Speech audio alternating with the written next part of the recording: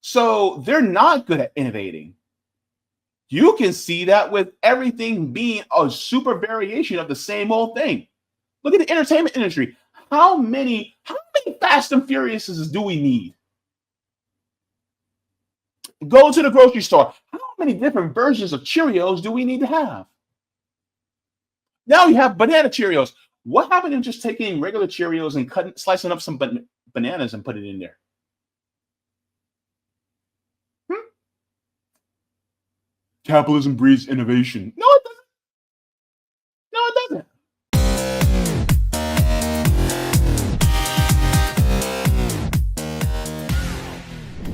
How you doing? No, really. How are you doing? I ask this because people are struggling to no end. Many of us, including myself, are at a point where we're constantly in fear, constantly stressed about cost of living, about being able to make ends meet,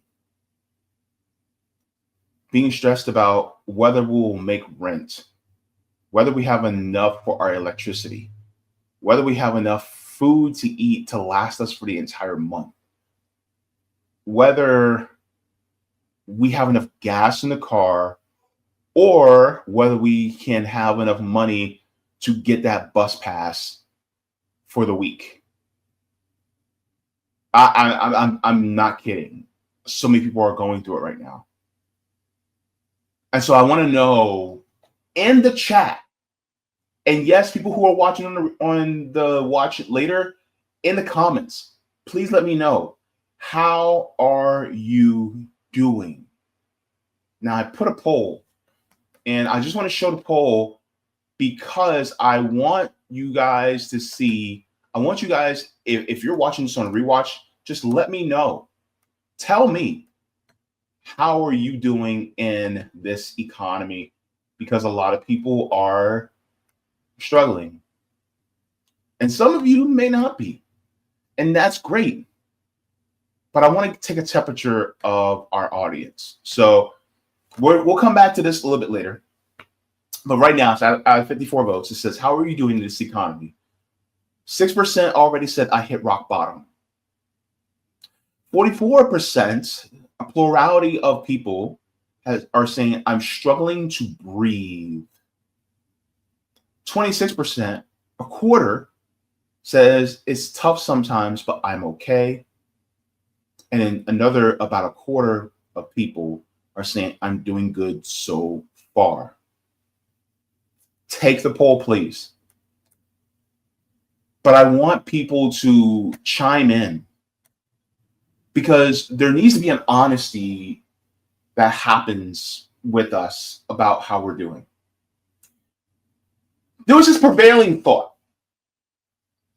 over the last, I say, 40, 50, 60 years, that if you said something to the effect of, I'm poor or I'm broken, I have nowhere to turn to, just even acknowledging the fact that you are living in poverty is considered something that you don't talk about it. That's embarrassing. People think you can't afford. People think you can't afford. People think you can't afford. You are hiding your pain because of the thought that people will judge you. Number one, I'm going to say this, fuck whatever the hell they think. Everybody's struggling. And people who say they're not, people who claim they're not, some of them are lying. They're lying to save face so that people will think they're okay. It is okay to not be okay. And what I mean by that, it is okay to acknowledge the fact that you're not okay. We need to have this honesty among ourselves as the working class and say, no, I'm not okay. My family's not okay. My friends are not okay. So it's not just me. It's not just an individual problem. It is the system. Because once we start to come together with that fact, then we start to go, well, wait, you're struggling, you're struggling, you're struggling. We're all not lazy. We're all not stupid. We got a head on our shoulders. We use critical thinking. Our jobs are literally not paying us a living wage, or we have to do all these different types of work under duress, or we have to exploit ourselves under duress. Is that our fault? Or is it a systemic thing? Here's the thing, and I've said this before, and I will say it again. It is not your fault that you're in the position you're in. It is not your fault.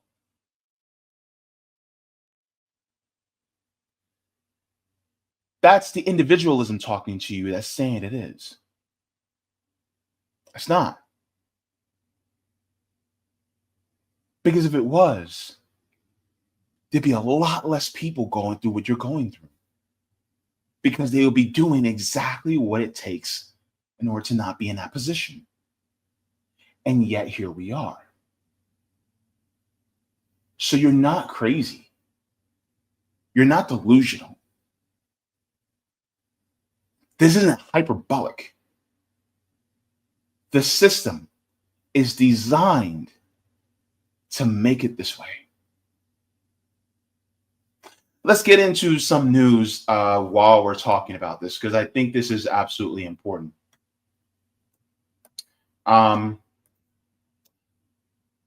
There is a lot going on right now. And I want to let's get into this news article.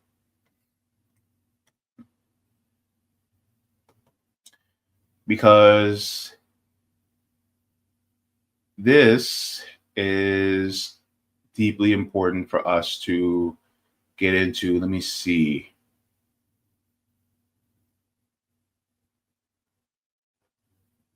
I had it here.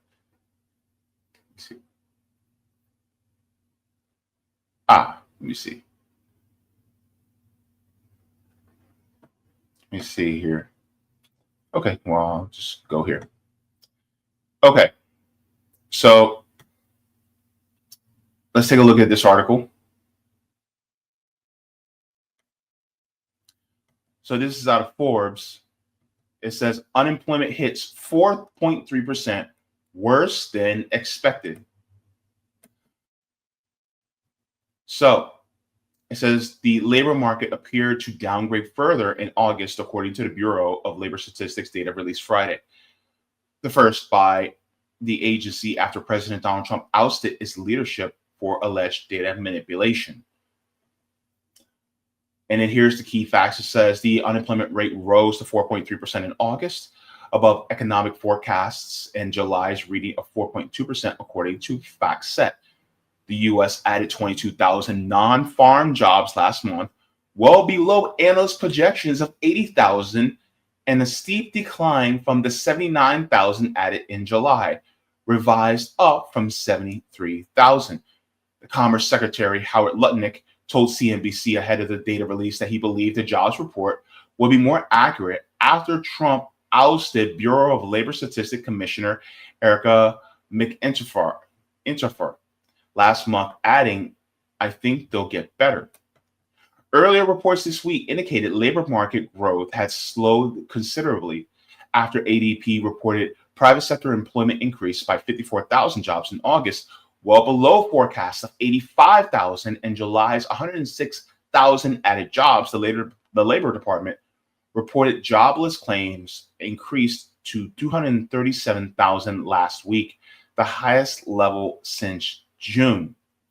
And just for everybody to know, when they talk about the jobless claims, these are people that are recently unemployed that are collecting unemployment. It's now people who are outside of that range, and I think the range is typically around 6 months of unemployment.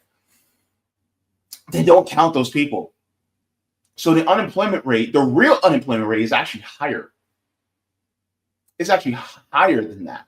They're just counting the people who are recently unemployed. But what about the people who have been chronically unemployed for between 9 to 12 months? Or people who have been unemployed for more than a year? Or for more than a year and a half? Or for 2 years?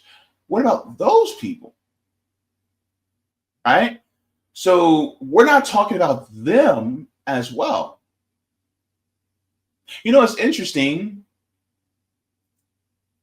because we don't even count the homeless and unemployed. Well, part of it, which because a huge portion of people who are homeless actually have jobs. Over 40% of people who are homeless have jobs. People who sleep out on the streets at night, over 650,000 of them. So give or take, somewhere north of 350,000 of them are completely unemployed, but they're not counting any unemployment numbers. Wonder why? Well, because the politicians want to make it seem like things are better than what they actually are. This is the equivalent of having black mold on your walls and somebody takes a paintbrush and they paint it over and say, there's nothing to see there. But then you wait just a few weeks to a few months, and the next thing you know, those spores start popping up again. Because the problem never went away. The problem just got covered over just for a little while so that you can move in and they can take the rent from you. That's how the system works. Let's continue on.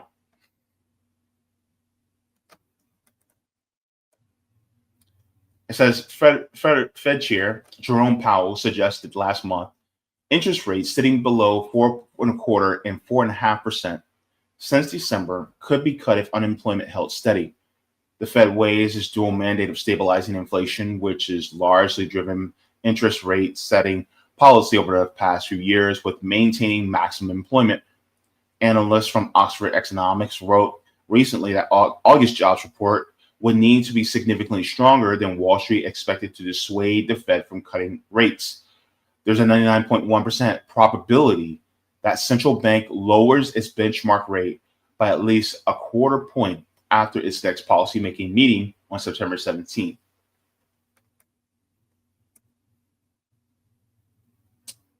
So let's get into this.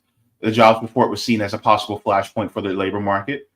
After the U.S. added an average of 123,000 jobs from January to April, the U.S. is now slightly more unemployed people than job openings. The U.S. has slightly more unemployed people than job openings for the first time since April of 2021. So we have all these unemployed people, but not enough jobs. I wonder why.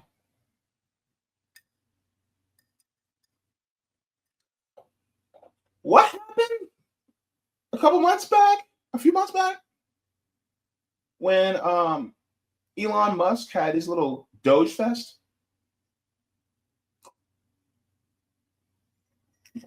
Oh, right. Over 300,000 Black women actually lost their jobs, many of whom who actually worked in the private sector. Right? And also we now have the process of automation that's happening. So there's a lot of people that are losing jobs who otherwise would be employed because we have automation happening. And so now when people go, oh man, we have all these job openings, it's like there's more people unemployed than there are jobs. And the problem is even then, these companies aren't hiring. Just because they say they have a job opening doesn't mean they're actually hiring. Because a lot of them, per government policy, have to make it show that they're willing to hire people. But just because they have the willingness to do it doesn't mean they actually have to do it. Why? Because these corporations are doing fine or even doing better with a skeleton crew. So why would they hire another person on? That's more money they would have to spend. So all they have to do is look like they're trying to hire. Put a few openings on LinkedIn and just leave it there. And then maybe conduct the interviews, but then leave them on red. And then that's it. And so then the companies get the benefit of we're trying to hire, we just trying to look for the right applicants, and then they don't hire. Meanwhile, the people that are working there, they're being overworked and underpaid for half the wages. But the job's still getting done, but it's getting done for a lot less than what the company would need to spend. So they're not going to hire because the job, number one, is getting done. And so they're not going to spend the money to actually hire and train and pay another worker. Because they don't need to. And plus, the shareholders are giving more money on their dividend checks. So when they say, oh my God, all these places are hiring, no, they're not. They have job openings, but they're not hiring.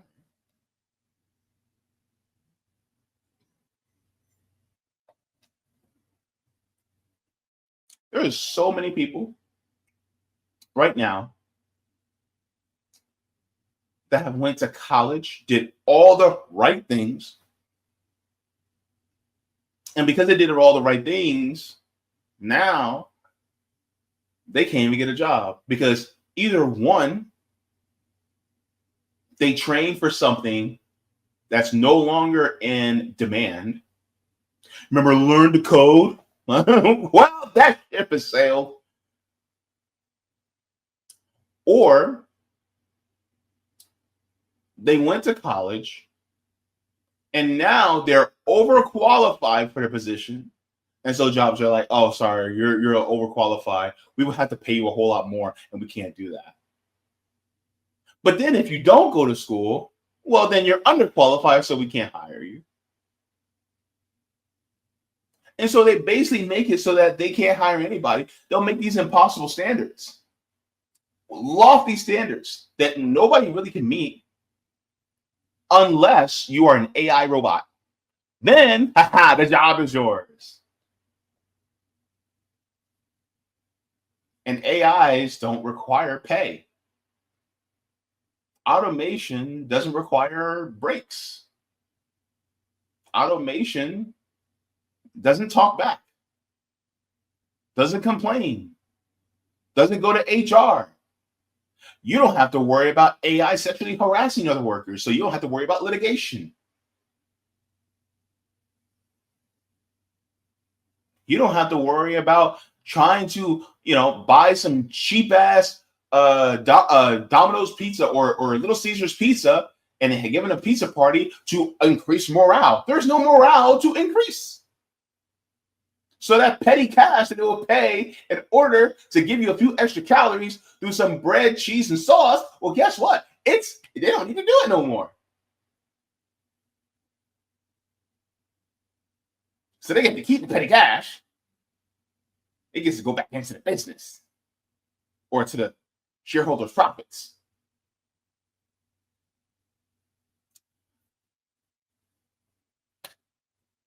That's the system. If they can pay a machine to do it, or if they can have a machine do the same job for way less cost, they're going to do it. Because that's how capitalism works.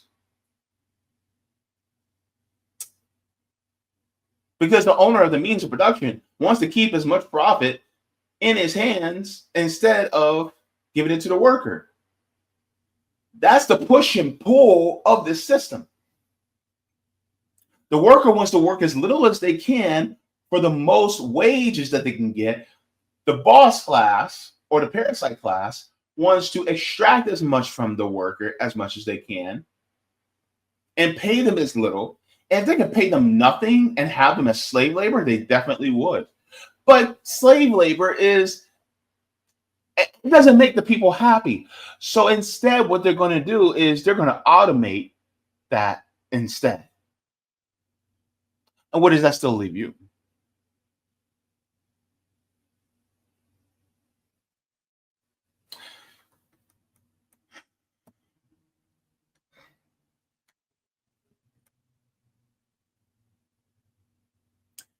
ADP's report in July findings an increase of 106,000 private sector jobs shows signals that were broadly indicative of a healthy economy. Poor jobs growth, reading from the BLS in July, which included the largest 2-month downward revision since 1968, fueled Trump's decision to oust McIntyre, who Trump had also alleged had manipulated jobs data during the 2024 election. But apparently that person wasn't manipulating anything. And Trump was just pissed that jobs didn't increase under him.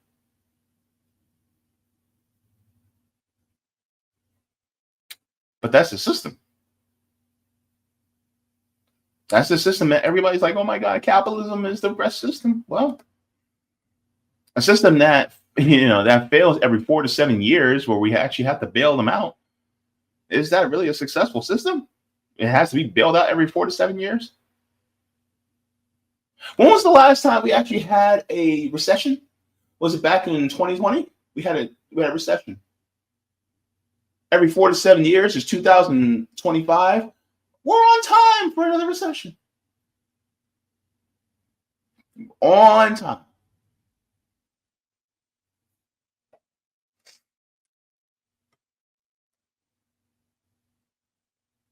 So that's part and parcel of what's going on, as we can see right now. It's also the pay as well. And I want to get into this too, because a lot of people are outraged. And the outrage is coming a lot from Gen Z, which is absolutely justified, because they're seeing what we millennials saw. And what we millennials saw, Gen X has been seeing for like the last 15 years. And what Gen X has been seeing for the last 15 years, boomers have been seeing for the last 30. And so we reached the peak. And where was the peak? Of when things were economically good for everybody. And by everybody, I put that in air quotes because it's mostly, in particular, white people. It wasn't as good for us black people. Things were good right around the time we hit 1971, 72. And then right when we hit that peak on that elevator, not that elevator, that roller coaster, right then we started to descend. That's when it started to happen. Right around the time of Richard Nixon, Tricky Dick.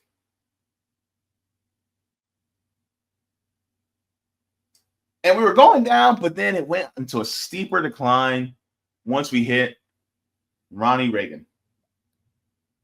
And then it got a little steeper when we got to Willie P. Then by the time we got to George W., we were off to the races. And so people rightly are pissed.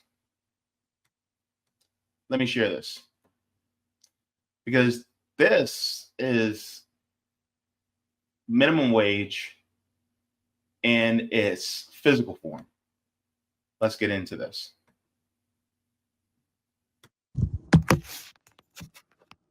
We have an issue.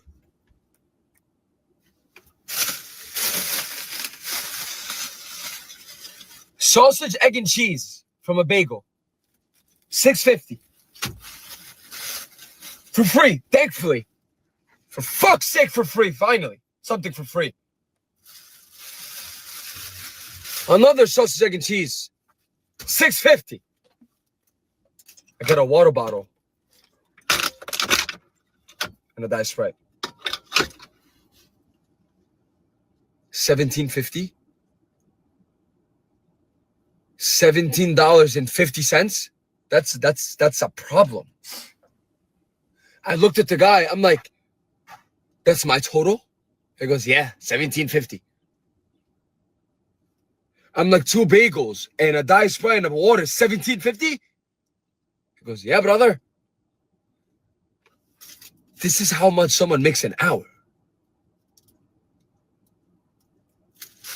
I have someone's minimum wage in my hand. This is someone's minimum wage. Do you understand what I'm saying? This is someone's minimum wage. This is someone's minimum wage.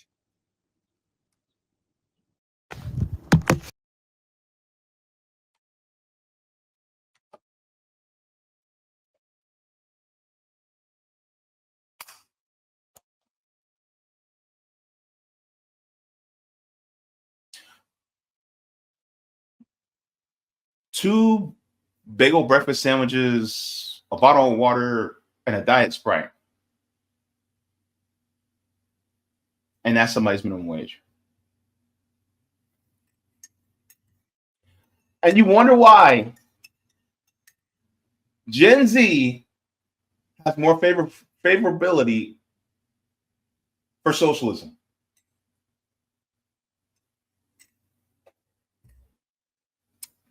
You wonder why.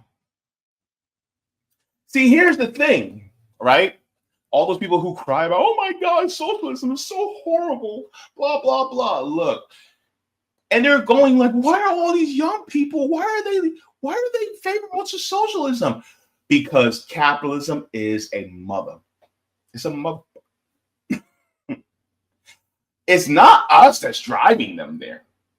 It's not me. I'm a commie, but I'm not the one that's driving that opinion. You know what's driving the opinion of young people towards socialism? Capitalism is doing that. Capitalism is doing the best job that we could ever wish for.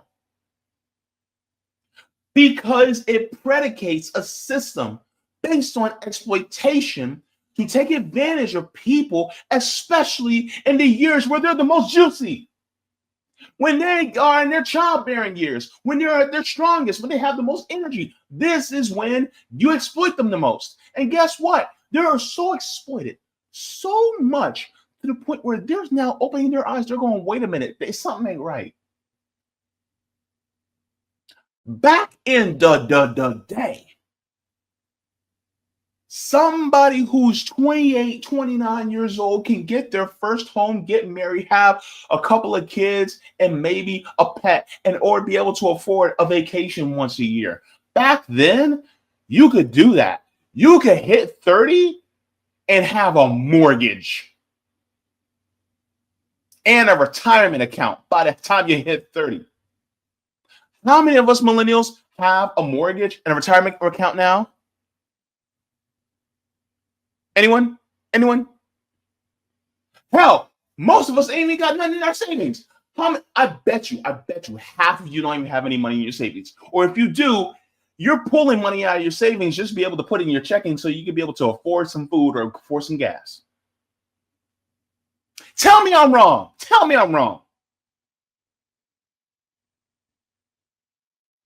How's that 401k doing?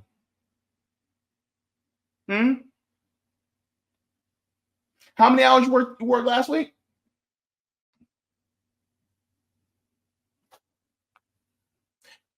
If you had a $400 emergency, would you be okay? Okay, I thought so. And so, rightly, Gen Z, they are livid. Because just like us millennials, they were sold a bill of goods and it turned out to be nothing but BS. And that's exactly what happened. They told us, go to college, get yourself a job at some white collar business. And the next thing you know, you'll be able You'll be able to live a comfortable life. You won't be rich, but you'll have a retirement account. You'll have all your basic needs met. You'll be fine. And we were taught that ever since we were little. Hell, those of us who are black, we were showed that ever since we were little. Look, how many of us were raised, especially those of us who are black, were raised on watching A Different World? We were taught that if you go to college, you'll make something of yourself. How many sitcoms back in the day made fun of blue collar workers, especially those who are in the trades? Especially ones who were like in plumbing or something like that, right? I'm not saying that going to college is superior or inferior. What I'm saying is the system prioritized one form of education over another and then sold us a bill of goods to the point where now, how much is a degree really worth? But make no mistake, automation could also come for the blue collar jobs too. And really, is it automation that's the problem? It's part of the issue, but really, it's the people who actually own the means of production that are causing this issue.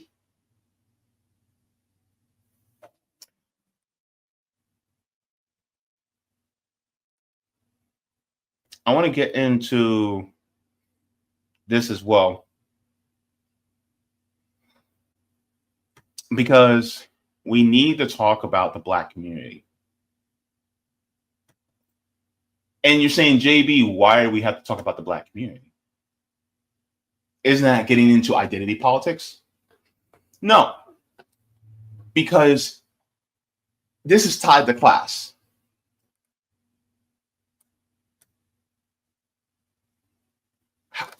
Let me see. Let me put this in a way that you'll be able to understand.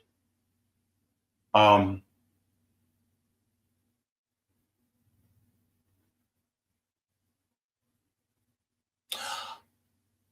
do you know when a banana is starting to get ripe?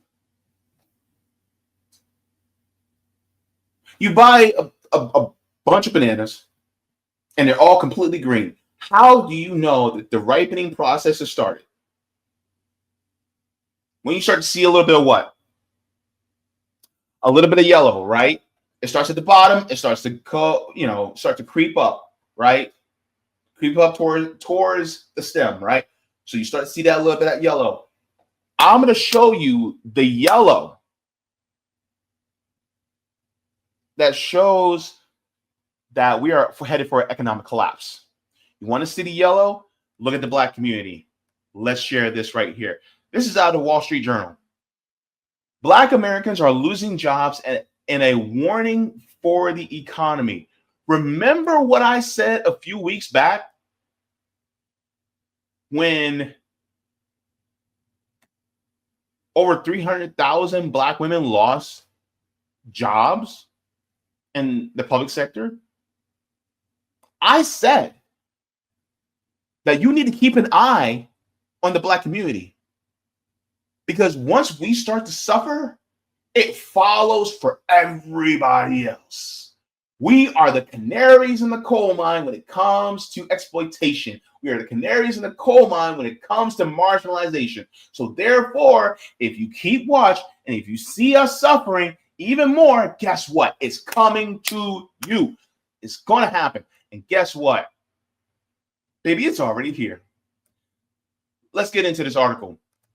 It says unemployment among Black people reaches highest level since 2021. I'm in a fight for my life. So it says unemployment in the U.S. remains historically low at 4.2%. Yet Black workers are living in a different reality. Unemployment for Black Americans has surged to 7.2%, the highest level since October of 2021, when the job market was still recovering from the pandemic.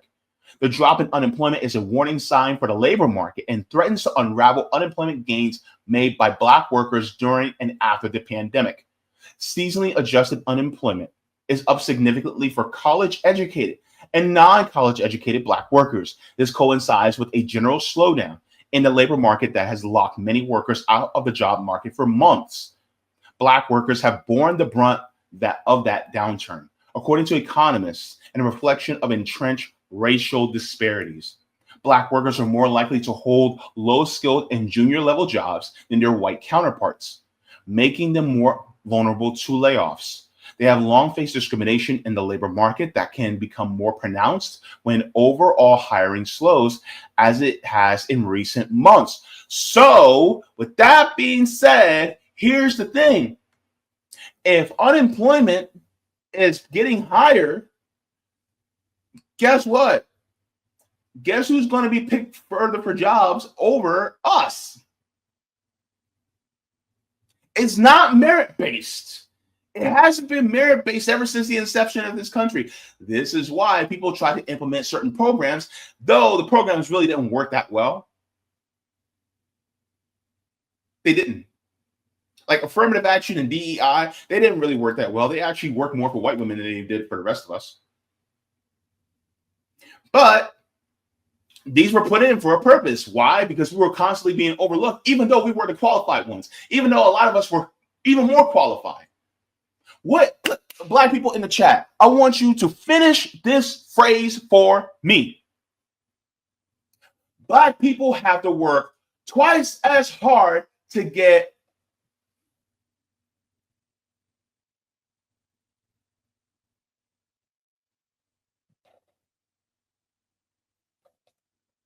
Who said in the chat? Who said in the chat?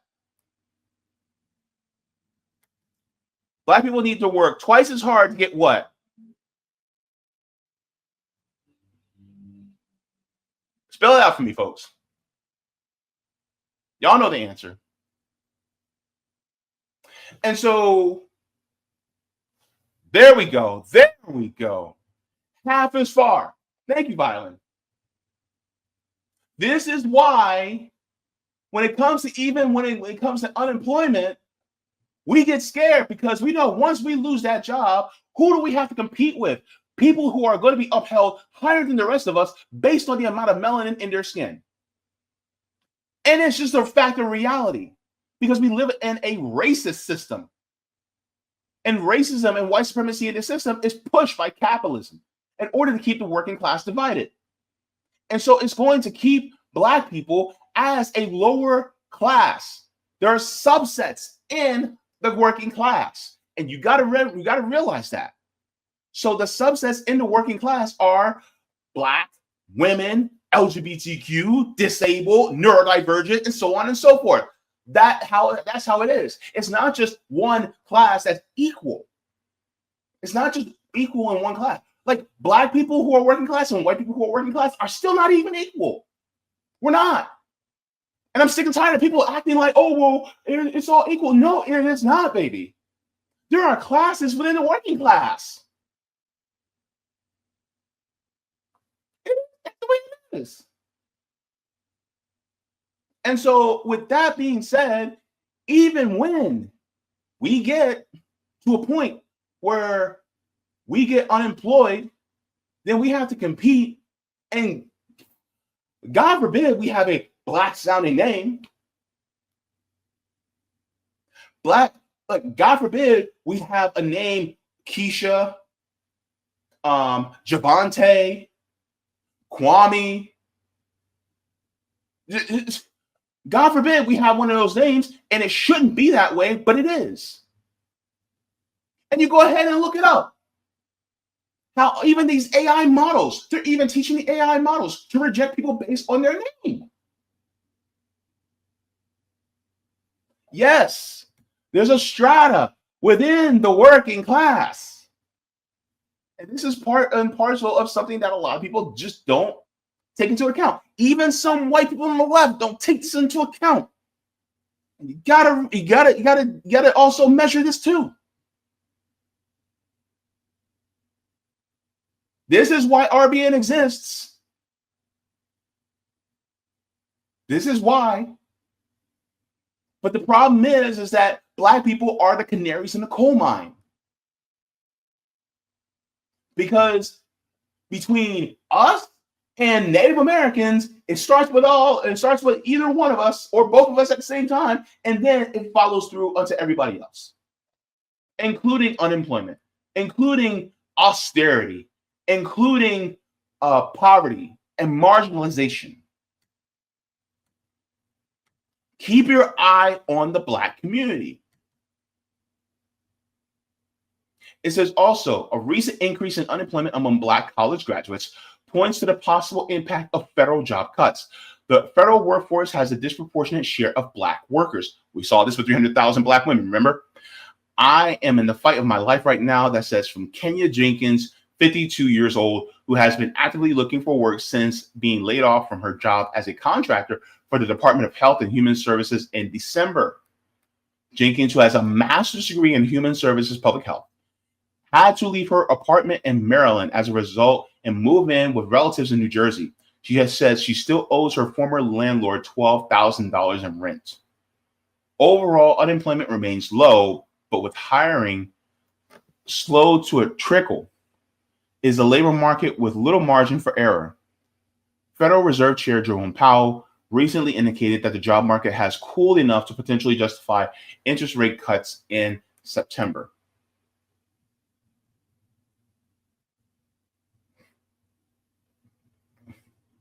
And so this is giving examples of people who have had to leave, who are trying to get jobs, and they're leaving the public sector and having to get into the private sector, right? It says in 2023, the share of Black workers who were unemployed fell to 4.8%, the lowest level since the Labor Department began tracking such data in 1972. The gap between Black and white unemployment shrank to the lowest level on record that year, and Black workers for years saw higher wage gains. Labor shortages meant people could more easily find work, while some companies tried harder to diversify their workforce in the wake of demonstrations following the murder of George Floyd by police in 2020. So it has gone into the other direction.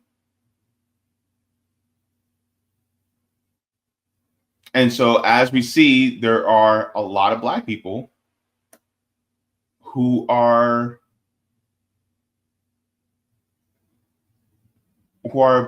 basically being locked out. It says Black workers make up 18.7% of the federal civilian workforce, compared to around 13% of overall workforce. That is partially because of the robust anti-discrimination rules in federal hiring, and partly because of the Washington, D.C. area has a large Black population, said Derek Hamilton, the chief economist at the AFL-CIO.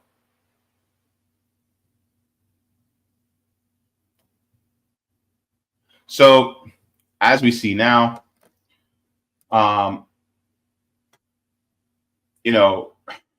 college degrees don't matter as much as they used to. And who is leading in the amount of college degrees, especially out of all demographics, with Black women? Now, those college degrees, they're not worth as much as they used to be. And so this is why we say keep an eye on what Black people are going through, especially in this country.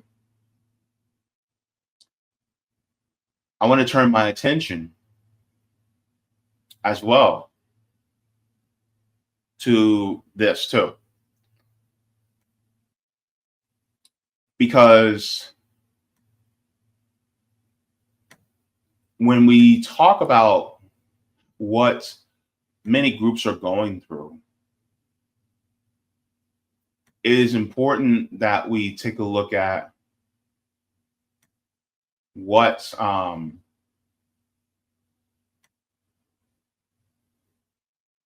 we sacrificing, and how are we able to make it in this system. So guys, please make sure to take that poll. I want to share this as well. Thank you for recommending this segment to me, Roger. So let's take a look at this, and let's just go. shockingly actually dropped some truth bombs on CNBC about how divided the country is on whether you make over $100,000 or not. Let's take a listen. Part of what we also saw was that, particularly with middle and lower income consumers, they're feeling under a lot of pressure right now. I think there's a lot of commentary about what's the state of the economy, how's it doing, and what we see is it's really kind of a two-tier economy. If you're upper income, earning over $100,000, things are good. Stock markets are near all-time highs.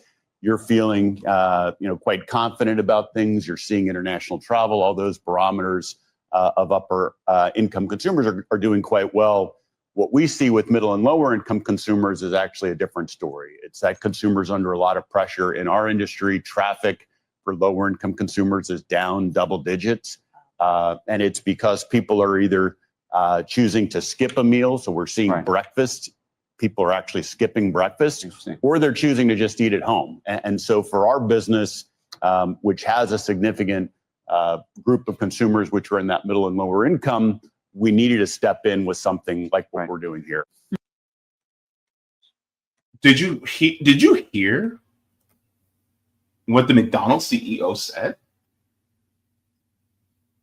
Skipping breakfast now. We're at a stage now where we went from trying to buy food as cheap as possible to now we have to skip meals in order to survive.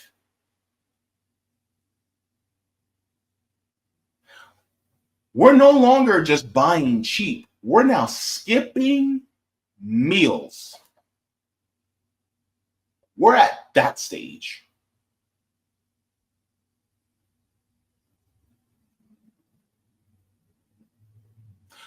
How are you doing? How's your family doing? Loved ones, parents, if you have adult children,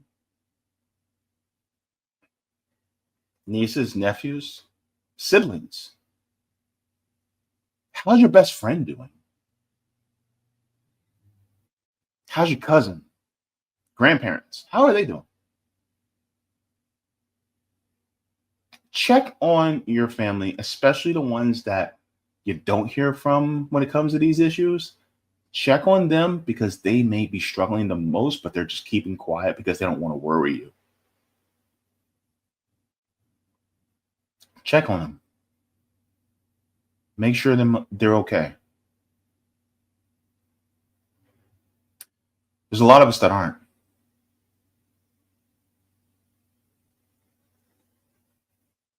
What world do we have to live in where we treat breakfast as a luxury?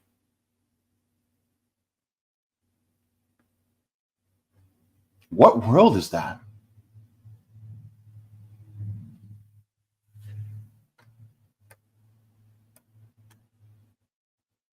Formless Dream says, breakfast, what is this luxury? I can't remember the last time I ate before lunchtime. Wild, right? Crazy, right? Please take the poll. Let me know how you're doing. Listen to the CEO of McDonald's. People are skipping breakfast. Now, I will say on McDonald's, it's still outrageously expensive compared to where it used to be. I don't eat McDonald's maybe more than 2 or 3 times a year. My wife gets hungry for it. She's nursing, whatever. She gets what she wants. So I go to McDonald's. The McGriddle, it cost me $9. And I tweeted about that. People made fun of me because apparently I don't use the app. No, I'm not degenerate enough to have the McDonald's app or to be knowledgeable enough about set deals. But in my head, as a child of the 90s, you're on a road trip and you roll up to McDonald's. How much do you think that should cost? Couple bucks, at $1.99? And yet it's not just the price. What he really said there, which is important, is if you look, he said below 100,000, you're seeing a massive reduction in lower income consumers being able to go out to eat, and people are skipping breakfast. Now, I think also another point I wanted to add that I don't think that Sagar included, which it might just be a slight oversight, but the amount of people that are earning below $100,000 is actually growing. The population of people who make under $100,000 is growing. That means that The working and poor class is getting larger. That means the people who were thought of being middle, especially upper middle class, they're trickling down into middle class, and the middle people in middle class are trickling down into working class. So much so to the point where now they are struggling. And I'll put you like this. Even if you're making 6 figures a year, even if you're making $100,000, you're not doing that great either. You're not. No. No. You need to be making above 120,000. Somewhere north of that. In order to truly be middle class, you need to be making above 120,000. Between 120 and 150,000, you need to be making somewhere above that. Even if you're just hitting 100,000, maybe 105, 110,000, you're not doing that great. No.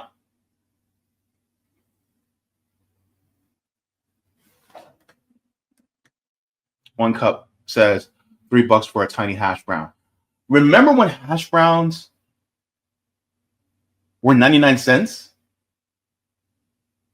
And I'm not talking, that's not that long ago. We're talking 2015-ish, 2016. Remember when you can get a double cheeseburger? This is back in my young adult days. Remember when you can get, and I don't eat McDonald's no more, especially since the genocide. Hell no, no, screw McDonald's. And plus, I'm eating a whole lot differently now, so I don't eat stuff like that anymore. But remember when you used to be able to get a hot and spicy McChicken, a double cheeseburger, a small fry, and a small drink for $4. All that for $4. You used to be able to get all that for $4. Me and my homeboys would be up at like 2 o'clock in the morning, just chilling, talking, joking. One of my homeboys goes, "Man, I'm hungry, man." He's like, "Man, that 24-hour McDonald's still open. You want to roll me and grab a couple things to eat?" All right, cool. Hey, you want to come with us? Nah, man, I'm going to stay here in bed. All right, well, what do you want? All right, well, I'll take, these things. All right, here's a $5. The dollars for change. I mean, the dollars for taxes. All right, cool, bet. Go, come back. Here's your food, man. That's how it was back in the day. That's how it was, at least for me. We're talking 2005, 2006. Young adult, Jaybe.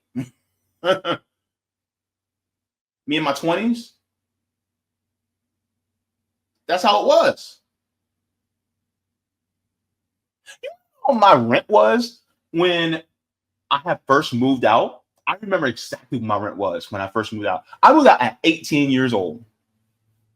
18 years old. We're talking about 2002. I moved out at 18 years old. And it wasn't that, oh, well, I got kicked out or anything like that. No. I chose to move out on my own volition because my mom did a really good job of raising me and making me independent. Sorry, my mom did a really good job. Even then, she was like, "Are you sure you want to leave?" I was like, it's time for me to leave the nest. Right? Me and my mom, strong, great relationship. Still now to this day. We're friends. Me and my mother are friends. But I was independent, raised me very well. My rent when I moved out in a studio apartment in Orlando, Florida, $455 a month. Yep. $455 a month. That was my rent. And if I had a job making like 10, $11 an hour, I would have been decent. Unfortunately, the job I had was only making like $7.35 and they were cutting hours. That's the reason why I got evicted. But you're talking about 2002, 2003. And so now you look at it. Dude said $6.50 for a sausage, egg, and cheese. Bro, that used to be, bro, you can get like 2 meals off of that, bro, back in the day.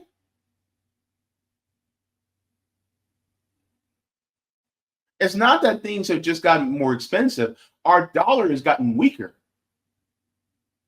You can't go as far as you used to. Remember when it cost only $20 to go to the movies? And I'm talking about get a ticket for the movies and get concessions at the movie theater, all for $20. And you can get that for you and a friend.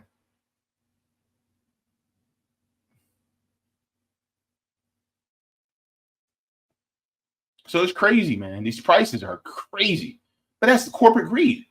Anyway, let's continue. I think that's hopefully they're getting enough to eat, elsewhere and or trying to eat at home. But the totality of it is that, yeah, it might be marginally cheaper on a percent basis to eat at home, but it's still really expensive to eat at home. If you're talking about a cup of coffee, we've talked here about coffee futures, Folgers, and more. It's actually exploded in price. Even if you look at the basic necessities of goods, meat in particular, protein, the price is just astounding. You can still eat cheap if you want to, but it takes a lot more effort than it used to in the past. So if you put that, a lot more effort. I think that's an understatement, Soccer. The only way you can really eat cheaper is by going to a food bank. You know it's getting bad when Aldi's and Save-A-Lot are now starting to feel expensive. That's how you know it's getting bad.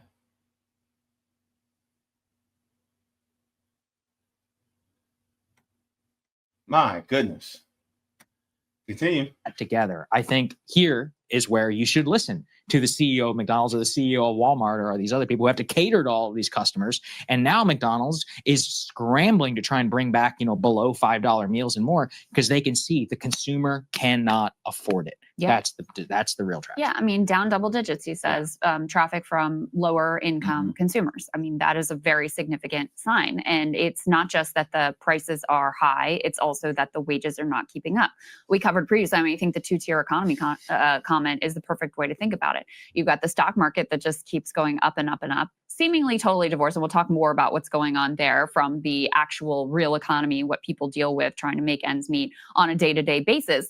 And meanwhile, especially lower quintile wages are not keeping pace with inflation. So people are struggling. They're going into deeper and deeper debt. They are very pessimistic about the future. They are holding back on any purchases that they can. They're apparently skipping breakfast so that they can make it all work in their budget. So these are dire indications of where the economy is headed right now. Absolutely. And there is some really troubling stuff behind the scenes. And I've talked about this in particular with the stocks I was like, man, I just don't get how with inflation, with reduction in consumer spending, tariffs, how can the market continue to go up? Well, now exploitation. That's how it can continue to go up because you're squeezing people even further than they can survive. This is why I'm doing this show. This is why I have the poll up. This is why. They're squeezing people beyond recognition. How are you doing? If you're not doing good, say so. Please. Do not let it be a stigma that, we have to keep hush hush because we don't want people to think we're poor. Yes, we are all poor. We all are. Say it out loud. Say it with your full chest because it's not your fault that you're in that situation. It's not your fault. And it's not a victim mentality. And if you want to get rid of the victim mentality, then that means you got to get rid of the perpetrators. And the people with the perpetrator mentality are the people that wear $5,000 suits and sitting in boardrooms. They're the perpetrators. So in order to stop making victims, you need to stop having people making the victims. That is the problem. Everybody is not okay. 99% of us are not okay, meaning that it is not an individual problem. It is a systemic problem. It is systemic. That means it is baked into the system. You cannot pull yourself by your bootstraps out of this. If you can lift your entire body off the floor by your shoelaces, then you're not even a human. You're a meta-human. You're Superman.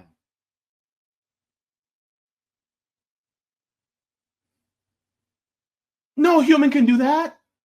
This is why the whole pull yourself up by your bootstraps example was created, to show how impossible it is for humans to use individualism in their day-to-day lives. It is impossible. You can't do it. None of us can. And nobody ever has. That's the thing. There's no such thing as a self-made man or woman or person. That doesn't exist, baby. How were you born? It took collective action in order for you to be conceived, right? How did you go to school? It didn't take individual action. It took collective action for you to go to school. It took collective action to build those roads. It took collective action to have those teachers. It took collective action to build that house you were raised in. It took collective action to be able to cultivate that food. It took collective action. So therefore, there's no such thing as a self-made person. It doesn't exist. It's a fantasy.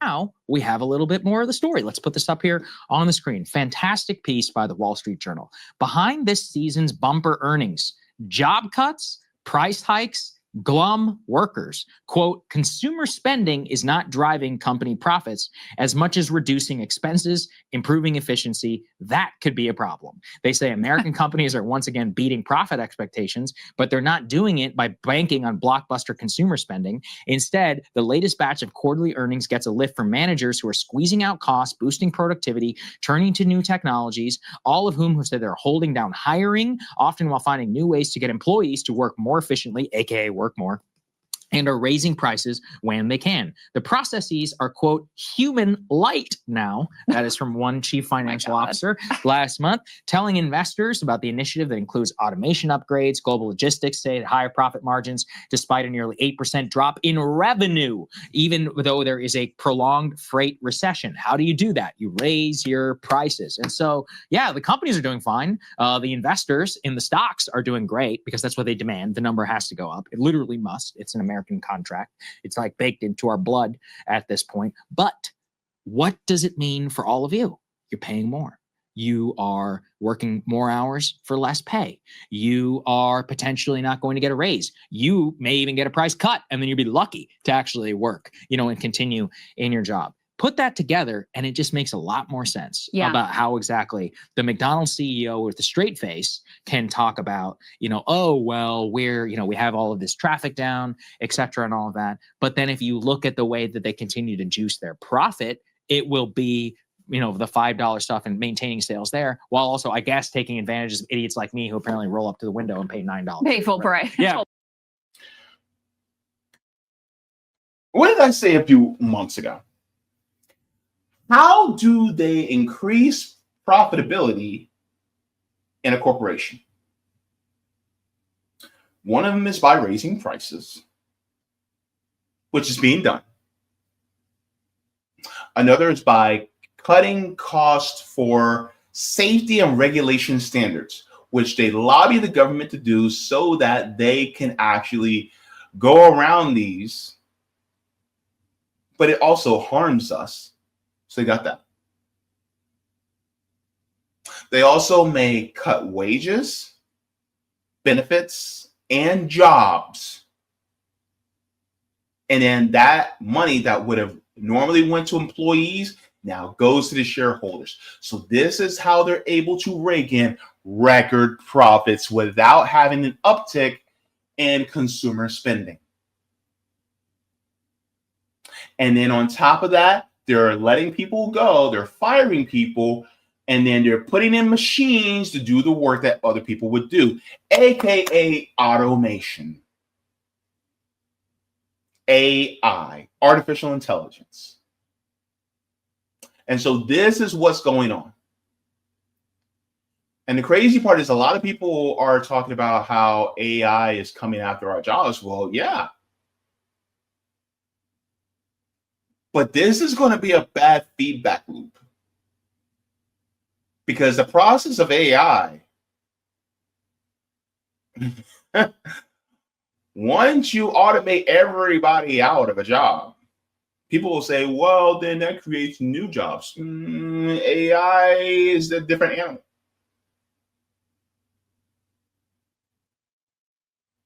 It's a completely different animal. And so with a lot of people who are now out of a job and then they can't get those jobs back and they can't go into another avenue because AI does cognitive work now too. What are people going to do? So now they're up doo-doo creek without a paddle because they have nowhere to go. It is a vicious cycle. It's a death spiral that has already begun. Let's continue this, and I'm going to show you something that I found. Let's get into it. But let's finish this up. Pay for McGriddle. Don't download the app. Yeah. Well, yeah, I mean, there's a lot that's going on in this article. I mean, first of all, AI has got to be a part of this as companies are increasingly trying to, instead of, hiring, when we're talking about white collar workforces, hiring those new college grads, whose, by the way, unemployment rate has really skyrocketed and is quite high at this point. Rather than hiring those new college grads, they'll, use AI and force their existing workforce to work more to avoid building out their workforce and to save costs that way. You have them, what's called taking price. So using the excuse of tariffs and inflation and also genuinely, facing higher costs in certain regards, they're using that to hike prices even beyond what is required.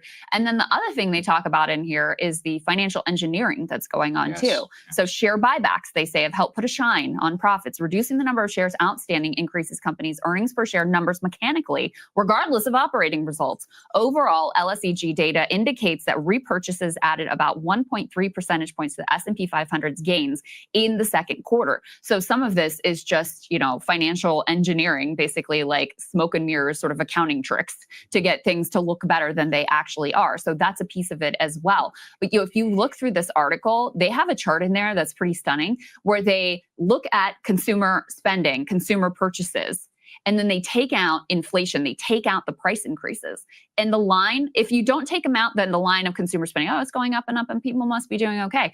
If you take that out, it's flat since 2021. So, I mean, that tells you a lot right there about how, how fake a lot of the, the profits that are being generated here by these companies and how little bearing they have on what is actually going on with your average consumer out there. Yeah, and again, this is the Biden story. Everyone understood that under Biden. Yeah, that's right. The S&P was up by like 60% over the entire course.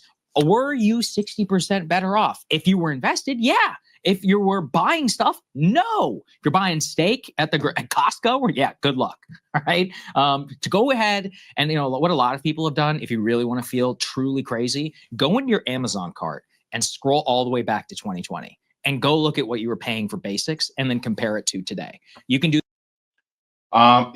So as far as, what happens as far as price increases, as well as the way things are going, and just in our daily lives, is greed. And the crazy part is, here's another point that I wanted to make. These corporations are now saying that consumer spending is down, but their profits are still going up. but we can't afford anything. But then they're saving money through automation. Let me ask you this. With all the savings that they're getting through automation, are prices going to go down?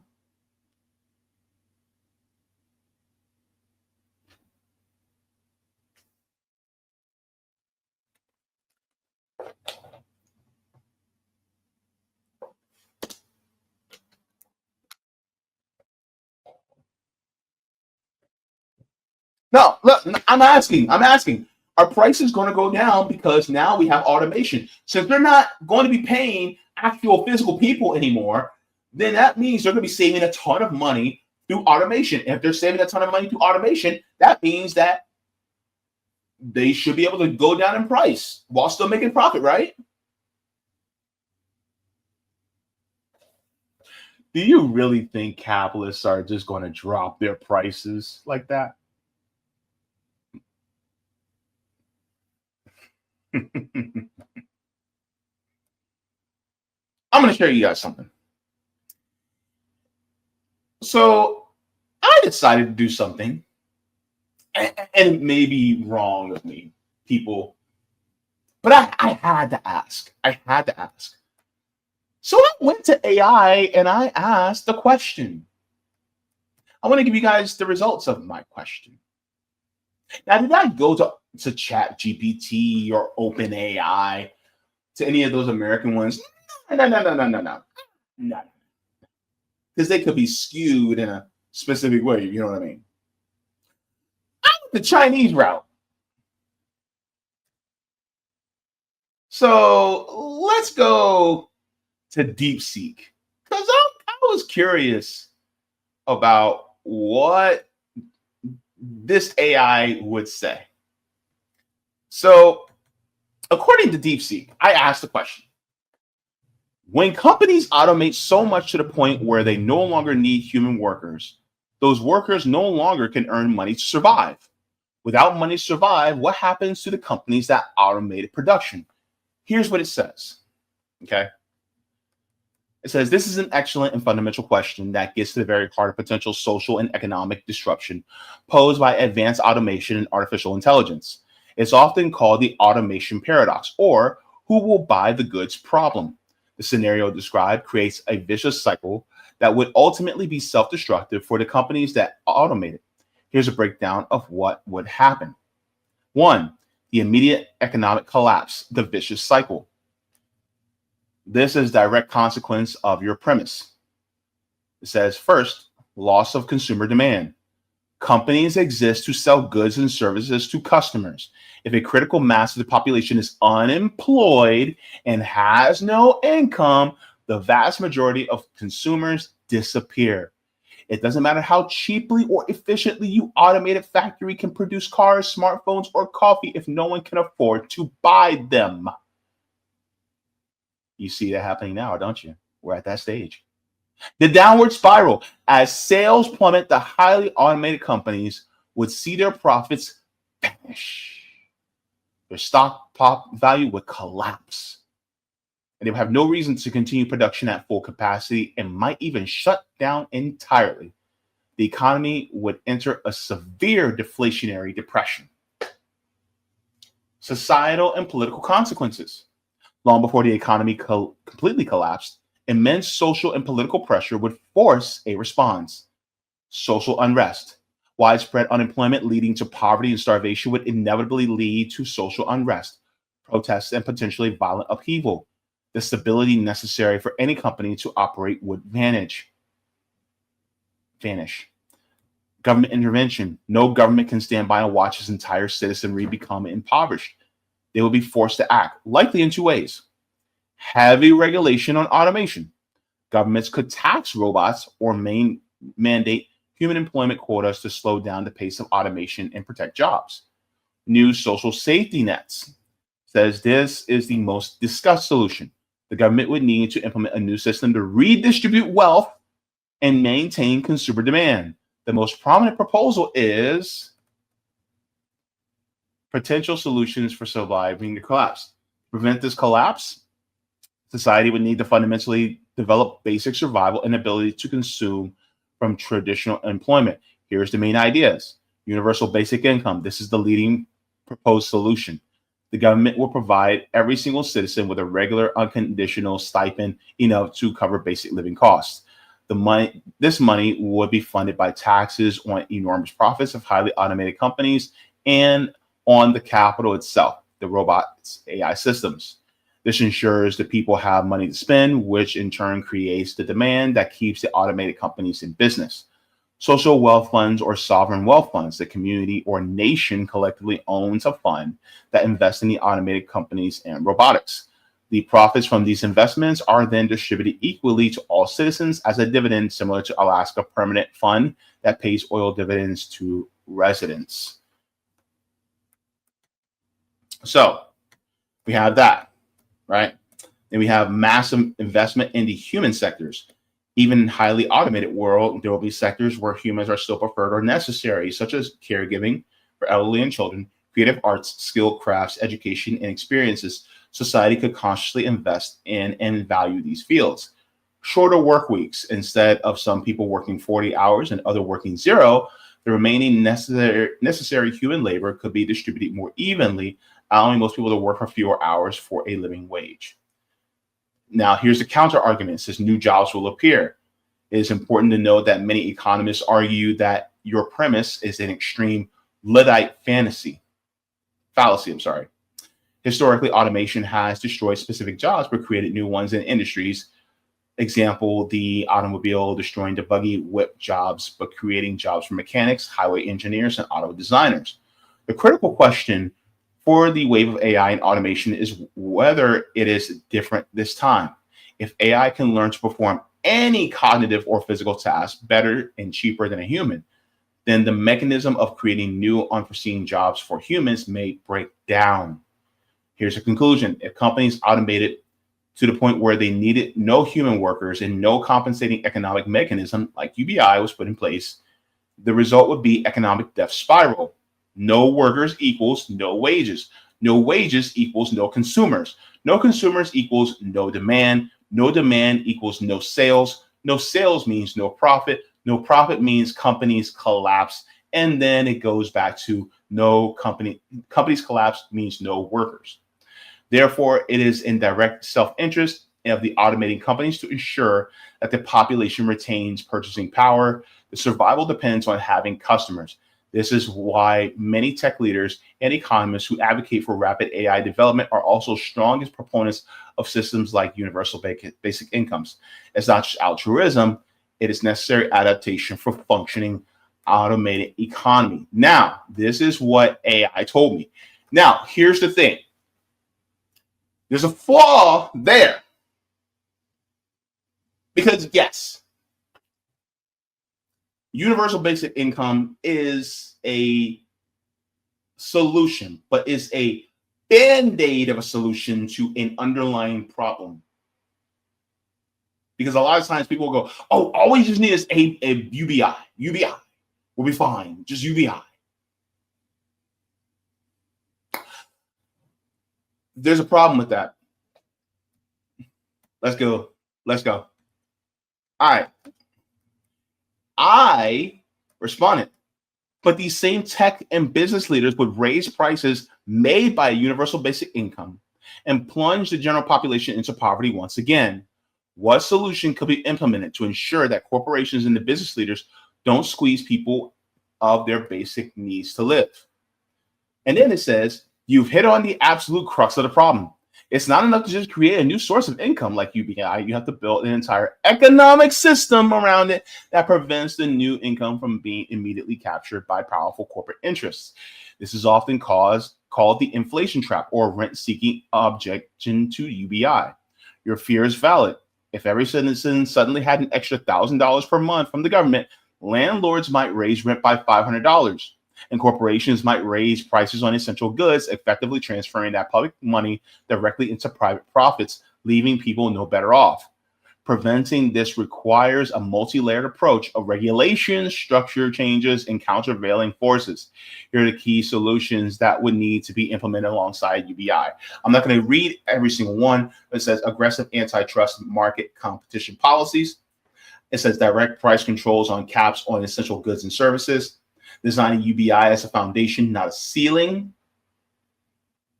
It says public options to create downward pressure on prices. Funding UBI through progressive taxation, not printing money. And says 6, strong consumer protection and transparency laws. Says conclusions, says the package deal. It says the takeaways that UBI cannot work in a vacuum. It's not silver bullet, but a central pillar of necessary new social contract. The solution to preventing corporate exploitation isn't to abandon UBI, but to pair it with strong antitrust regulation, public options in essential markets, and progressive tax system funded. This creates a balanced ecosystem, talks about UBI, antitrust and public options, progressive taxation. This combination checks the power of corporations and ensures the wealth generated by automation benefits society as a whole, not just a tiny elite. Without this comprehensive approach, you would fear would almost certainly become reality. But to me, this explanation just go far enough. It doesn't. Because now you have to put all these regulations in place, which can be broken down by the people who have control of our government. So, I probed a little bit more. You want to see what I wrote? Let's probe a little bit more. All right, here we go. I asked, what if the power of corporations were taken away from the small minority of people and put in the hands of workers to own the means of production? Wouldn't that be more efficient than implementing a UBI that needs more safeguards to keep people materially intact? It says, absolutely. This is a profound and powerful alternative that cuts to the very structure of our economic system. You are describing a shift from capitalism to a form of economic democracy or socialism, where the workers who create the value would also own and control the means of production. I like that phrase, economic democracy. Isn't that beautiful? Economic democracy. That's a new phrase for you. Go ahead and use it. Take for it what you will. Run with it, baby. Run with it. Economic democracy. Because that's what we should be aiming for, right? Economic democracy. Let's continue on.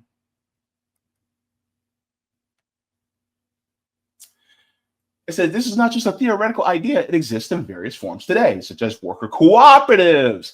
Let's break down the argument for why this could be more efficient and equitable solution than trying to patch capitalism with UBI.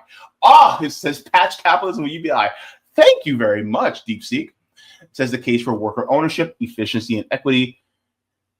And so it talks about your proposal addresses the core problem of automation by restructuring who benefits from it from the outset, rather than distributing wealth after the fact. It says alignment of incentives.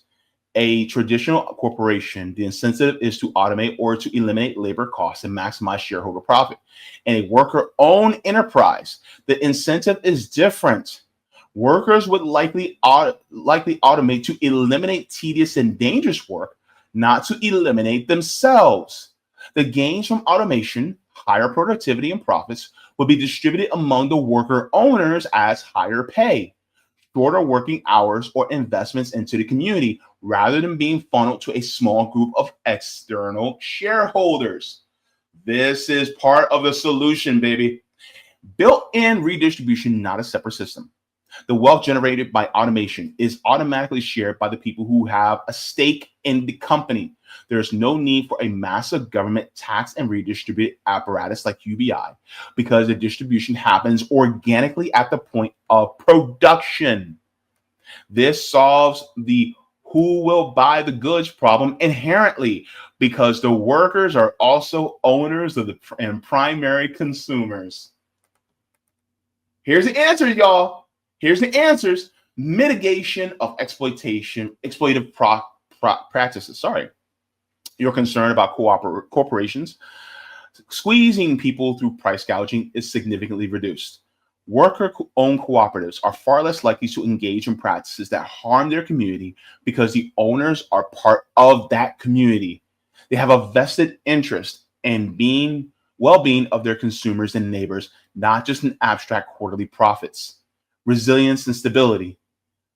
Studies have shown that worker cooperatives often have higher productivity and are more resilient during economic downturns because their goal is long-term stability for their members rather than short-term stock price gains. They are less likely to engage in destructive behaviors like mass layoffs or moving factories overseas. This sounds like, Roger, were you replying to me in this? Are you the AI, Roger? Sounds like Roger. Challenges and complexities of a worker-owned model says when compelling vision, a full transition to a worker-owned economy faces itself a set of significant challenges. Capital acquisition, how do groups of workers get the initial capital to buy or build highly automated expensive factories? The current financial system is built around lending to traditional corporations with concentrated ownership.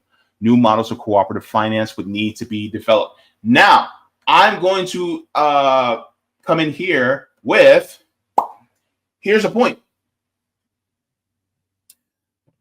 Laws can change to favor worker cooperatives where the government can actually give subsidies and tax breaks and grants to these worker cooperatives in order to be able to build their businesses. And then they can do something like what they do to some immigrant business owners by allowing them to be able to forego or delay their taxes for 10 years and then put them on a low interest loan to pay back the government after that 10 years for the loan that they've gotten, because most businesses don't make it to 10 years, right? So in order to ensure that that business actually gets built up, you make it so that you ensure that they make it to the 10-year mark. And you do it for worker cooperatives. And then on top of that, in order to help fund it, what you do is you build public banks in order to increase the amount of revenue that's generated. And then that profit that is created by the public bank, since it's owned by the public, that money and profit can be reinserted back into our government in order to lend that money to the worker cooperatives. And then as they build up, guess what? That money circulates within the local economies, and then it builds itself up there as its own ecosystem. And it's all because the workers own the means of production within that area. And so we don't have to worry about this huge, massive inflation where people like you and me are struggling to survive. And then that also goes into the supply chain, because then it starts to affect supply chains and making sure that, oh, well, the people who people who mine the iron ore are also part of a worker cooperative. Then the people who fabricate, right? They're the people who are part of the worker cooperatives. Then the people who make the machines are also part of a worker cooperative. And then it goes so on and so forth until it gets down to the restaurant. The farmers are part of a worker cooperative. And then the restaurant's part of a worker cooperative. And then everybody, instead of the money going up to a small few, it's actually distributed among everybody else. And then guess what? Everybody not just survives, but they thrive because the workers own the means of production.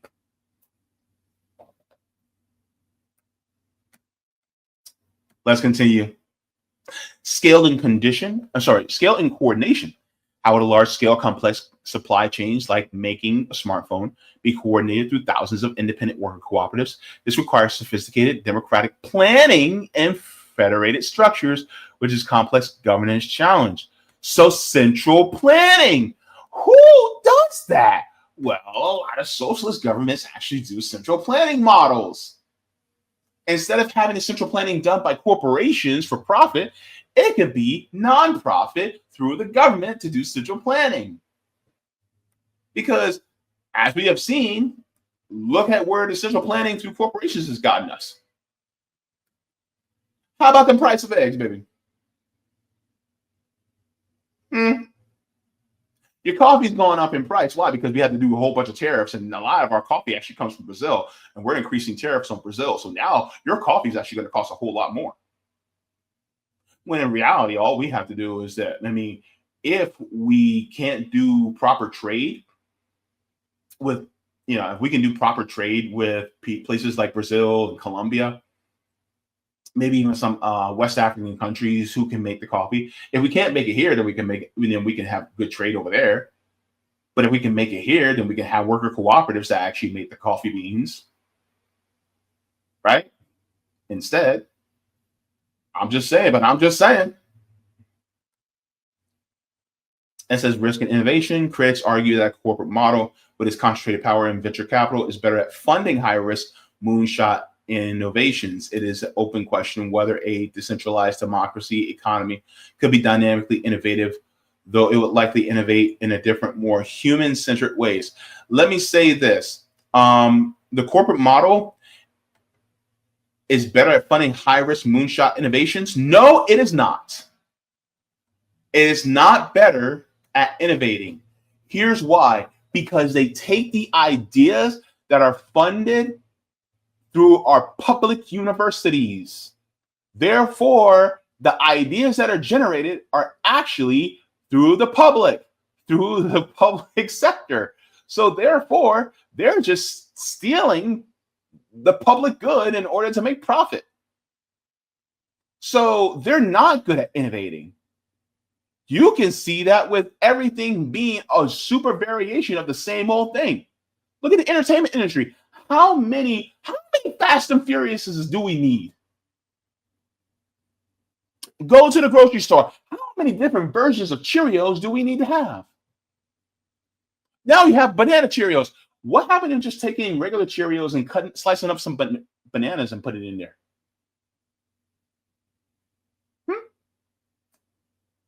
Capitalism breeds innovation. No, it doesn't. No, it doesn't. Same thing over and over and over. Look at the Apple phones. They add one little slight difference to it, and then they market it to you as brand new. That's not innovation. That's copy and paste. They don't innovate for crap.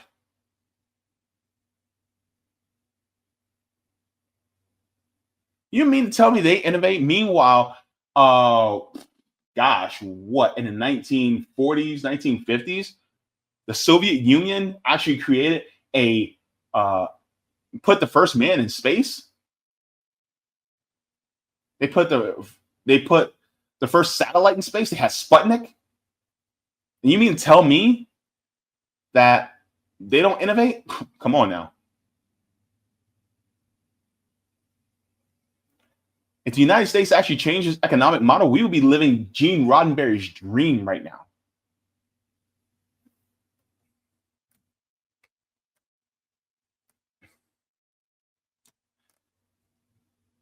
Transition says the most daunting challenge is transition from our current system. The existing corporate power structure has immense political and economic influence that will likely resist such a fundamental shift, as we see right now.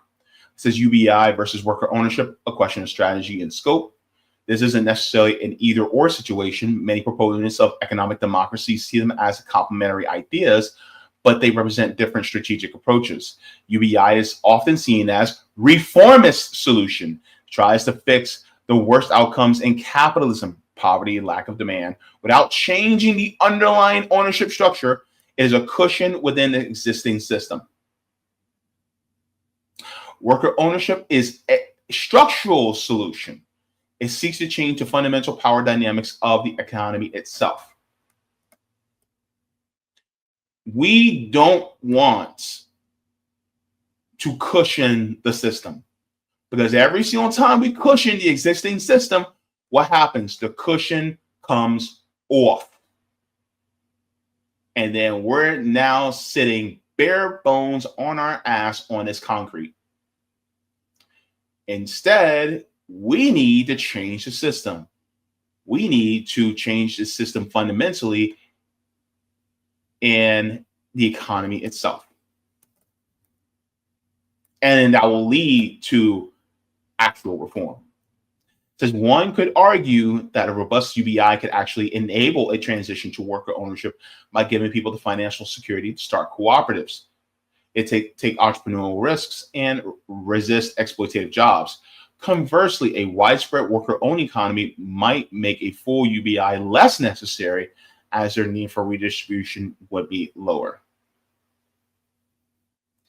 But you would need to do that before the corporations start jacking up prices to take it away from us. That's the problem with UBI. And the corporations, as soon as they saw that, they will already have the price hikes ready to go right as soon as you get your check. Conclusion, a more fundamental solution. Says you have correctly identified that UBI deals with symptoms, lack of income, while worker ownership deals with the cause and balance of power and ownership. Would it be more efficient? In many ways, yes. It builds the equitable distribution of wealth into the engine of the economy itself, rather than creating a separate mechanism, UBI plus heavy regulation, to clean up its negative effects. It directly solves the problem of corporations exploiting people because it eliminates the class of traditional absentee owning corporations altogether. Here is the piece de resistance. This is bars right here. Your suggestion is a more radical and profound answer to the question of automation. It argues that we shouldn't just find a way to feed people after robots take their jobs. We should change the system so that people own the robots in the first place. We should own the robots. We should own the AI. It should not be in the hands of these billionaires. And for all the menial jobs that we don't want to do, all right, fine, cool, let AI do it.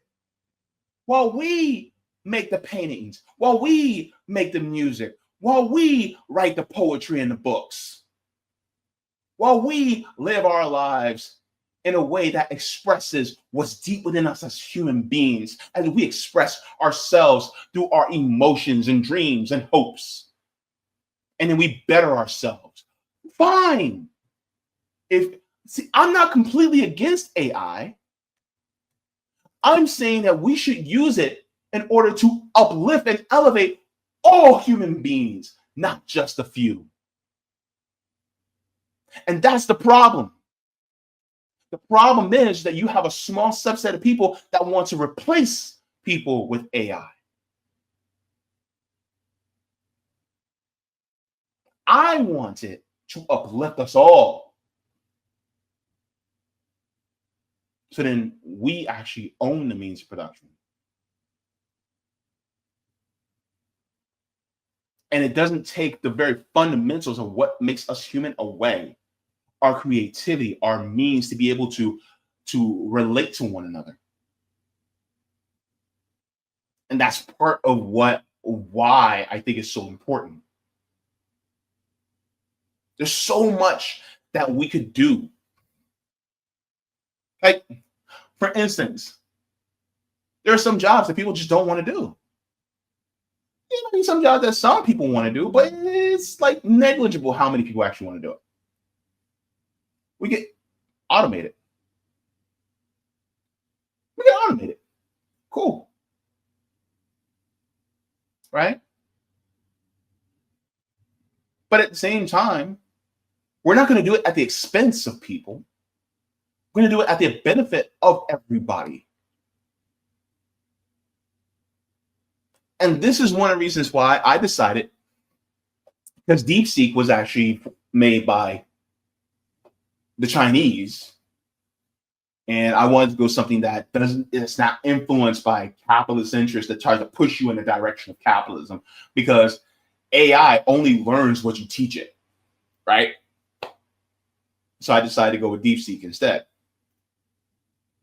But that's the point, is when people talk about AI is taking our jobs, that's under the capitalist model as to why they're doing that. It is because capitalism is anti-human. We need a human-centered system. And in a human-centered system, then we would look for models that uplift humans overall. Which means that we would look for an economic system that uplifts humans, not capital, not property. This is why we're going through what we're going through. This is why many of you are taking that poll, and really within the first two options, a lot of you guys are picking that one. Either you hit rock bottom or you're struggling just to breathe. A lot of us are picking that option because the system that we have is designed this way. It is not broken.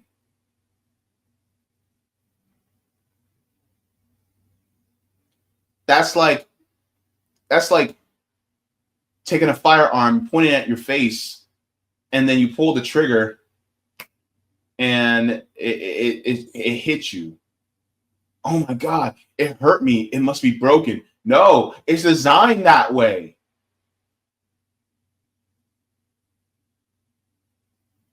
It's designed to kill. This system is designed to exploit. That's what it is. How are you surviving this economy? How? If you are the exception, not the rule.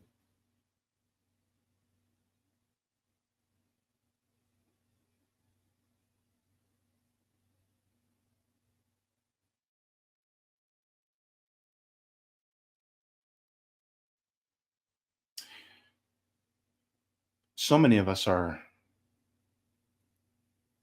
hitting rock bottom as we speak. Some of us, it's the 7th. So a couple days ago, some of you paid your rent. You paid your rent, you paid your light bill, paid your car note if you have a card payment. You put gas in, you went to the grocery store. You paid on everything that you need to pay on. And everything's paid. But you have nothing left. You couldn't even put any money in your savings because you have nothing left. And then you're going to do the same thing next month. And the next month, and the next month. So you're just making it. But you have nothing left over for the future. Baby, that's called living paycheck to paycheck. Paycheck to paycheck. And all it takes is one emergency. Just one. And you are suffering.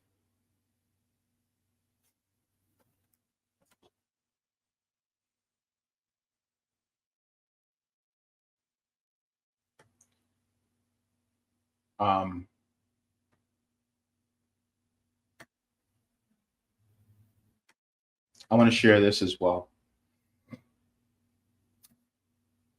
because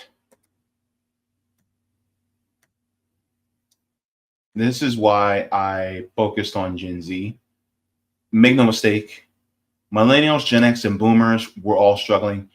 Boomers are actually becoming more homeless. Their homeless numbers are skyrocketing now. I talked about that last week. But let's get into this. This is why Gen Z graduates are in crisis.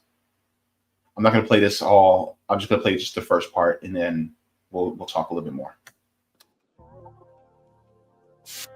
I've applied to over 100 jobs on LinkedIn, and that's just LinkedIn alone. The job market right now is... I'm Caitlin. I'm a university graduate, and I applied to 647 roles before I got one. Nobody will even give me an interview. I basically am not able to get a job. I really don't understand how people are finding full-time jobs. I really don't get it. These are not outliers. This is the current reality of an entire cohort. 20 years ago, the grand path of life was a lot simpler. Go through school, graduate, go to university, get a degree, and waltz right into a job. A job in an industry where you'll spend the rest of your life. Simple. But explain that to your average 22-year-old and they'd laugh. It's no secret that things have changed. But over the past year, things have changed even more. Job listings are dropping, while job applicants are rising. And the result? A full-blown unemployment and underemployment crisis for the youth of today. It's leaving many young graduates navel-gazing. Class of 2025, we need to talk. If you're a recent grad struggling to find a job, it's not just you, it's the numbers. Jobs have gone down, and the number of qualified applicants continues to rise. The 3-month moving average of the unemployment rate for recent grads currently sits at roughly 5.3%, well above the national average of 4.2%. This is a historic anomaly. This is likely the first time the number has ever been this high for new grads, ever. What this shows us is that entry-level jobs are being taken by AI. Now, it's happening. Sadly, this is a worldwide trend. In Australia, graduate job postings keep falling year after year. All the while, graduates pour out of universities like a factory. In the UK, uni graduates are facing the toughest job market since 2018. More than half of college graduates are considered unemployable. China had a youth unemployment rate of 17%. But over in the US, recent grads are now more likely to be unemployed than the general workforce. All of this is absolutely devastating for those who have worked so hard to secure their future, only to feel like they've been lied to. So what's causing it, and how long will it last? To help with clarity and understanding, I've split this episode into 3 sections. Number 1, is AI really taking entry-level jobs? Number 2, how trade and tariff concerns have caused a hiring freeze? And number 3, the post-pandemic job market slowdown. If you're a student or recent grad, stay tuned. We'll talk about what can be done about this situation and what might still be worth studying to crack a job market this bleak. And lastly, I wanted to hear from you guys, so I ran a poll on my YouTube community. It wouldn't be a stretch to say that for many people out there, the scariest part of future AI is potential job loss. Since the Industrial Revolution, humans have always worried that technology would steal their jobs. And this traces back to the 19th century, when Luddites and textile workers would smash mechanized looms and set mills ablaze. Every major tech or automation wave has come with a wave of anxiety over what those inventions might do to us. But somehow, it's always worked out in the end. For example, the invention of the horseless carriage killed a lot of jobs, but created thousands of new jobs in making, selling, and servicing automobiles. Today you hear economists and of course tech giant CEOs singing a similar tune when it comes to AI. But the difference here is that although AI may just be a tool, it's different to any other tool that's come before it. It's literally the first tool that humans have invented that achieves general cognitive labor, and people are now starting to realize what that means. This is Andrew Cole. He recently posted a semi-viral video about how 3 of his skill sets have been replaced by AI 3 separate times. I'll play a portion of that for you now. Listen closely to what he's saying, especially in the context of the rest of this episode. AI has ruined my life. Now, I know that might sound dramatic, but let me tell you why. I've always loved creative endeavors and projects, and I worked for a YouTube channel as a writer. To this day, the script I wrote for a series, it really took off. It got 3 million views. We made a second video, and that became the second most viewed video on the channel. He fired me.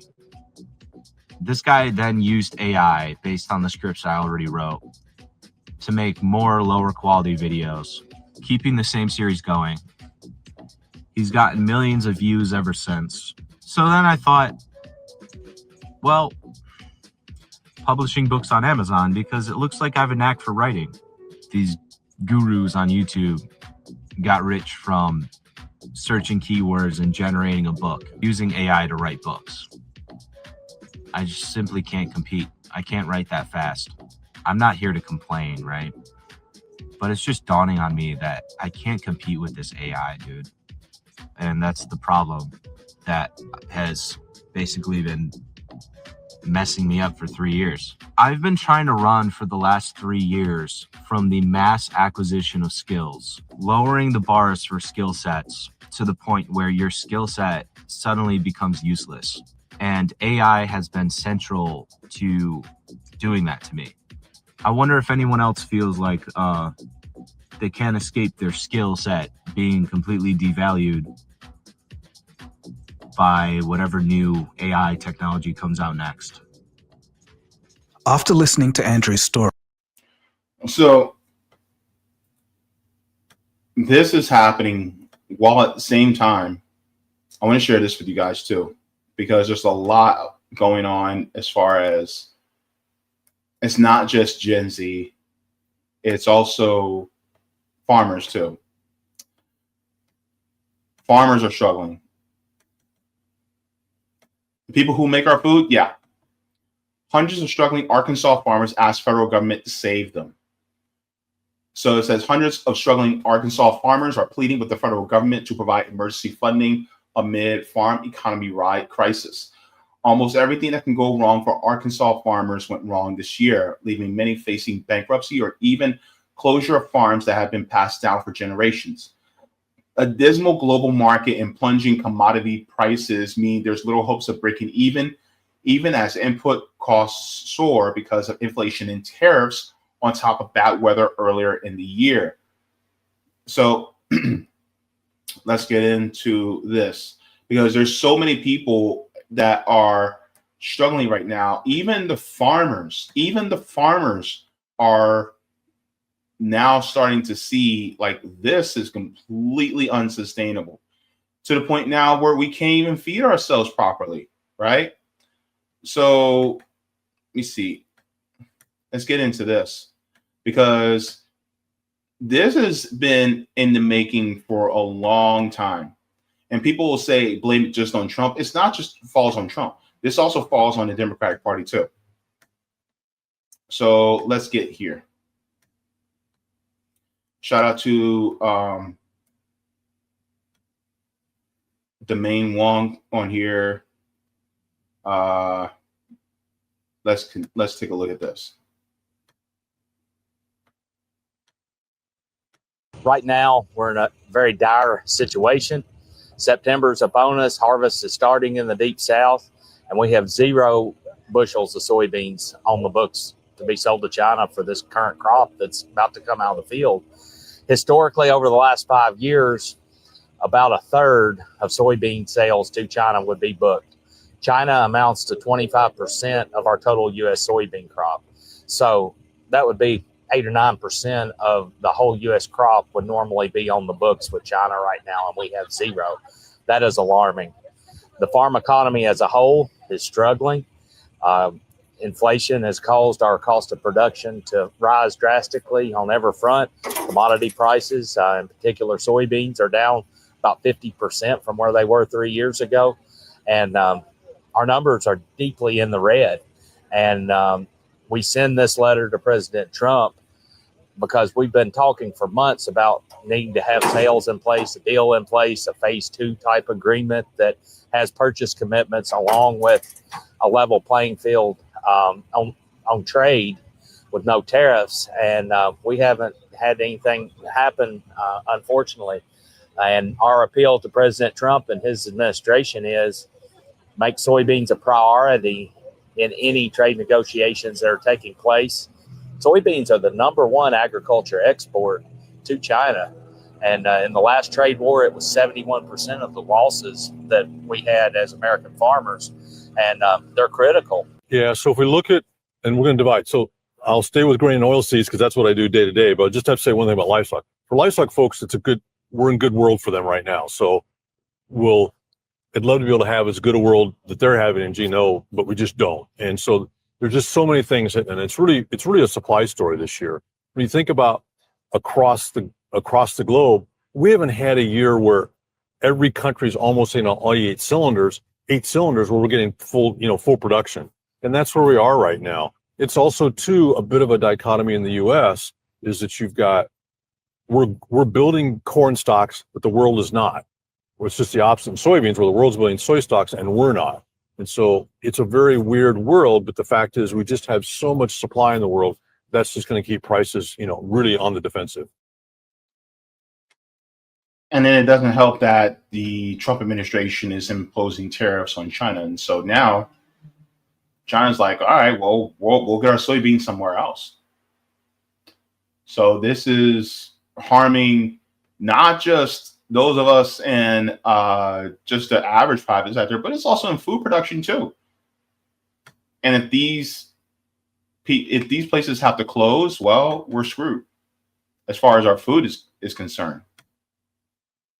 And so farmers, are now having to, go to church to pray that Donald Trump will actually reverse course. But this is really for the benefit of billionaires. People like Donald Trump, Joe Biden, and all, the people part of the duopoly, this is all in their making. But this is all part of the system. Until the federal government steps in to save them, farmers have no one to turn to but God. Farmers, in my opinion, Lord, it's only my opinion, they're closer to thee than anyone else on this earth because we deal with your earth every day. Dear Lord, we're hurting you, Lord. We can't help what's happened to us. Until the federal government steps. What do you guys think is going to happen with the people who may have supported Trump, especially in rural areas? And now Trump is showing his whole ass when it comes to the people who are in rural communities. When he shows them that he's just like Joe Biden. Do you think that people will start to turn against the two-party system? I very much hope so. I'm hoping. But this is the time where it's up to people like us to actually communicate with them and go, hey, you're not crazy. The problem isn't the Democrats or Republicans. It is the system. It is both parties. And so this is why we have to build up each other. Farmers are workers too. And so we have to build them up. And Black farmers have been sounding the alarm for a while now. They've been more disenfranchised than anybody. And now look, remember I said, Black people are the canary in the coal mine. And now it's happening to a lot of farmers in general. So this is why it's so important that we have to come together, especially to combat this system. And there's a whole lot more information that I wanted to go over.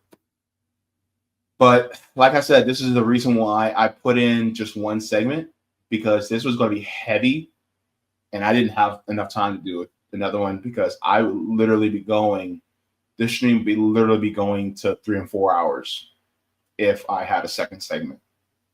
But that's why we have to continue to check in with each other. And we also have to come together to combat this system. And what do we keep talking about here on RBM? We have to keep talking about building dual power, coming together to do mutual aid.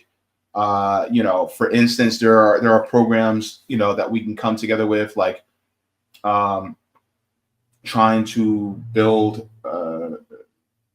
ways in which we can create citizen ballot initiatives, something in order to combat, in order to push direct democracy. Because I'm gonna be honest with you, these things are the last peaceful effort that we have until something else happens. And that something else is coming. It's coming fast.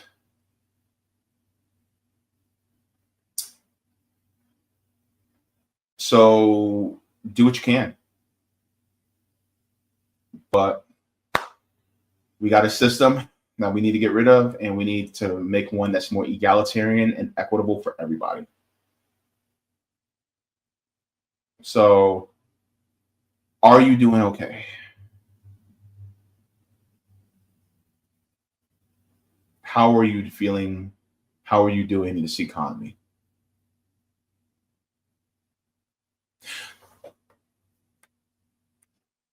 Let me go to the poll. and let's share what you guys have said.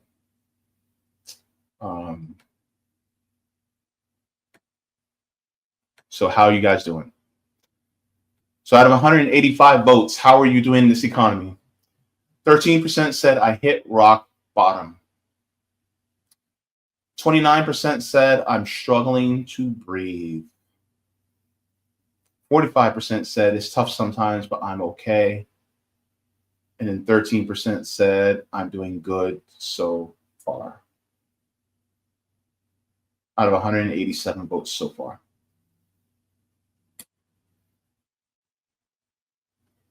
People are like, JB, which one would you pick? Honestly, I pick number 2. I'm struggling to breathe. This is the point where I'm scraping at the end of the month in order to make sure my necessities are paid for. And please don't get it twisted. Just because I'm here on YouTube, just because you see me in front of you doesn't mean I'm rolling in dough, right? Because we're not. Plus, I'm on a fixed income. It's hard out here. And have I hit rock bottom? Oh, you bet your ass I have. But to even get from rock bottom, even to get out of rock bottom and to get to the point where you're struggling and you're trying to breathe, it's damn near impossible just to get out of that zone. To get to the zone where you're like, oh, things are difficult from time to time, but I'm okay. It's hard just to get there. Hell, why you think I got a crowd fund on my Twitter? You know what I mean? So there's a lot of us that are struggling right now. But I think it helps knowing that we're not alone, especially when we do what we can to assist one another to combat this system. So the question is, are you okay? If we come together and change the system, I can't wait till the day you say, absolutely.